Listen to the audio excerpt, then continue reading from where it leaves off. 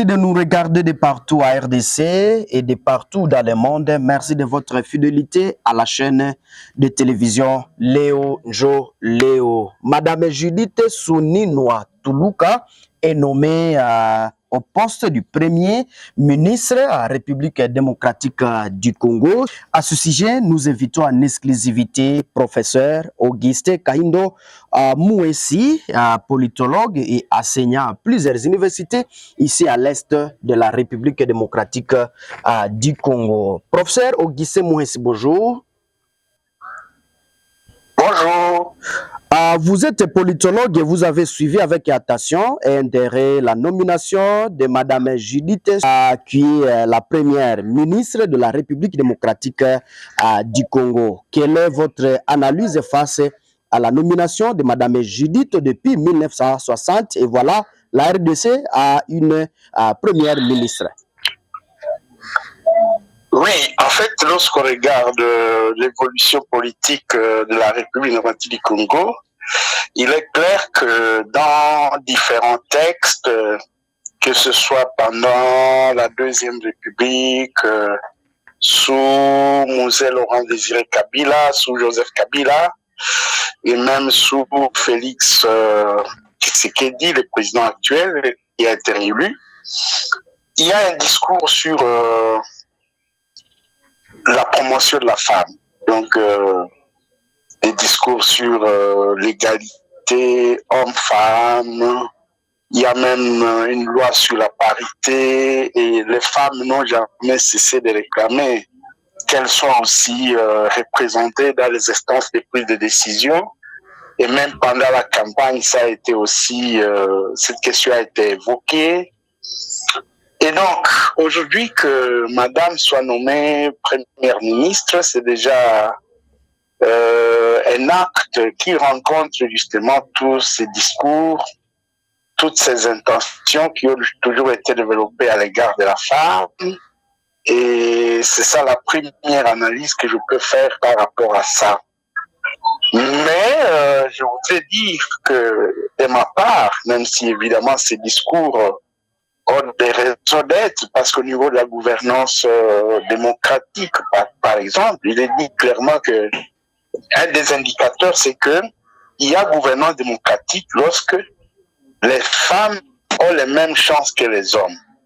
Et lorsque on a mis fait aussi à des discriminations liées au sexe, ce qui est déjà fait un label au niveau international, une aspiration au niveau international, et il y a eu beaucoup de pays qui ont déjà fait des efforts de ces côtés-là. Je vois par exemple l'Allemagne qui a été longtemps dirigée par une première ministre qui était Angela Merkel et dont le bilan n'a pas été a été salué. Donc le bilan n'a pas été médiocre, je veux dire. C'est une dame qui a marqué de ses empreintes la gouvernance de l'Allemagne, pour ne citer que cette femme.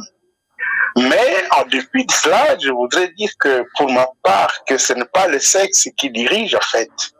On peut mettre un homme comme on peut mettre une femme, mais c'est la personnalité que cette personne nommée va incarner qui peut effectivement contribuer au changement. C'est son leadership, sa possibilité de développer une vision, sa possibilité de mobiliser les membres du gouvernement, sa possibilité de se fixer des objectifs et des moyens aussi pour les atteindre. C'est cela, donc, à des termes simples, je dirais, c'est la gouvernance, la qualité de la gouvernance impulsée qui change véritablement un pays et non le sexe ou la provenance de la personne, puisque il y a eu, si je me réfère encore à l'histoire politique du pays, il y a eu beaucoup de ministres, premiers ministres qui avaient été nommés et ils avaient suscité l'espoir. Certains ont été qualifiés d'hommes de la rigueur. Je vois par exemple à l'époque, n'est-ce pas, certains anciens ministres comme Kengo Adondo et d'autres, mais on s'est rendu compte qu'au-delà de ces espoirs-là, le pays n'a fait que son prêt dans dans la misère, dans la mauvaise gouvernance. Et pour ce qui est de la première dame, de la dame nommée première ministre, il y a énormément de défis, notamment la sécurité à l'Est, la répartition plus ou moins égale des richesses nationales. Vous voyez, nous sommes dans un pays où les députés, on va toucher bientôt au moins 30 000 $, alors qu'un enseignant de l'école primaire a difficilement 100 $. Donc vous voyez, ce sont des défis énormes et je voudrais bien voir madame à l'œuvre pour que je sois à mesure de mettre un jugement, de faire une analyse objective sur ce qu'elle va essayer de faire. J'attends aussi qu'elle présente que l'équipe soit complète, ça veut dire les ministres qui vont pouvoir l'accompagner dans sa tâche. Est-ce que ça sera le même ministre pour certains secteurs? Est-ce qu'on va changer? Est-ce que le format va être réduit aussi? Parce qu'un pays avec environ 60 ministres, quand même trop, nous connaissons des grandes nations qui n'ont que 30 ministres, et même moins que ça. Mais aussi, quel sera le programme qu'elle va présenter? Quels seront les axes principaux de ce programme? Va-t-elle insister sur le retour de la sécurité à l'est du pays? Va-t-elle insister sur l'investissement, l'industrialisation du pays? Puisque sans la paix, sans investissement, sans industrialisation du pays, le Congo aura toujours du mal à s'en sortir dans les prochains jours. Va-t-elle insister sur évidemment la réforme du secteur sécurité, parce que c'est cela qui a beaucoup de problèmes. Donc, toutes ces questions, à mon avis, je ne saurais peut-être mettre jugement que lorsque j'aurais pris connaissance du format de son équipe gouvernementale, l'équipe gouvernementale qu'elle va diriger, mais également aussi la qualité des personnes qui vont être nommées au gouvernement.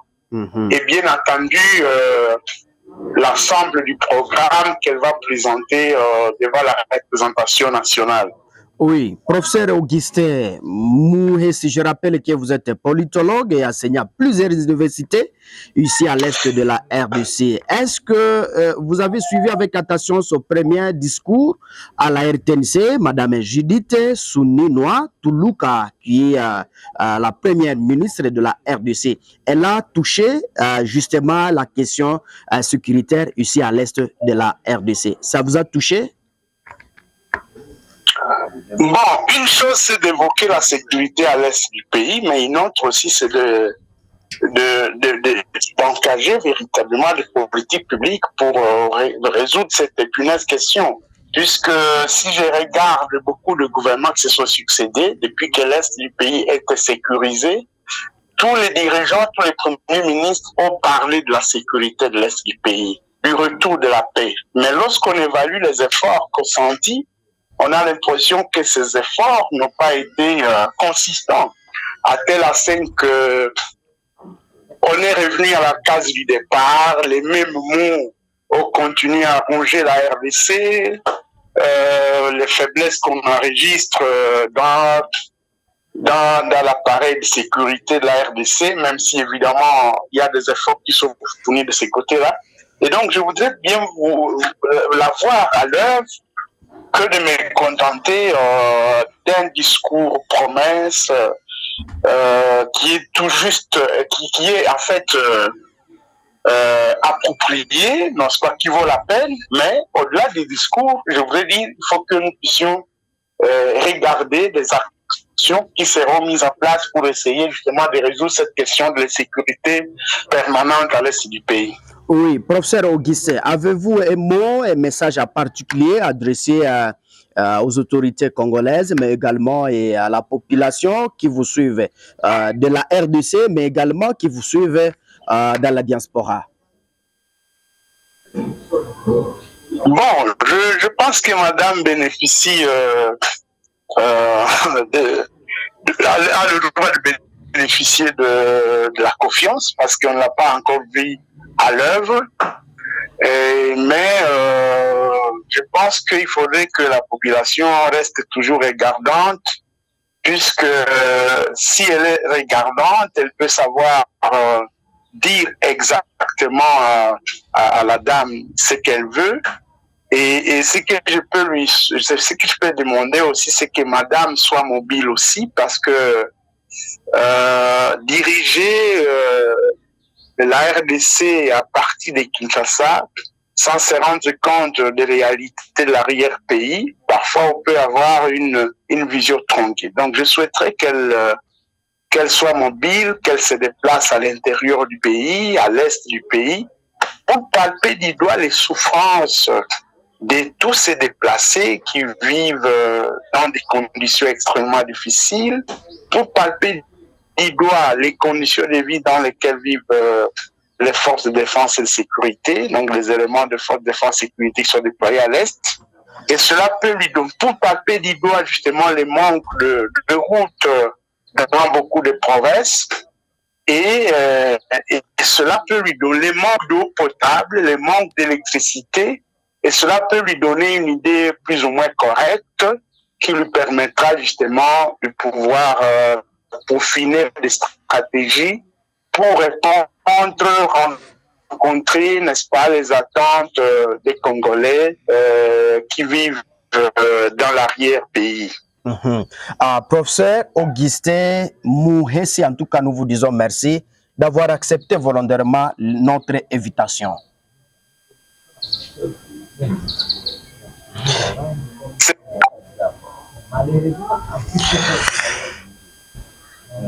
Merci, chers internautes, de nous avoir regardés de partout à RDC. Nous vous disons sincèrement merci. Si c'est la première fois de nous suivre, ne manquez pas de vous abonner, aimer et partager nos publications. Au revoir.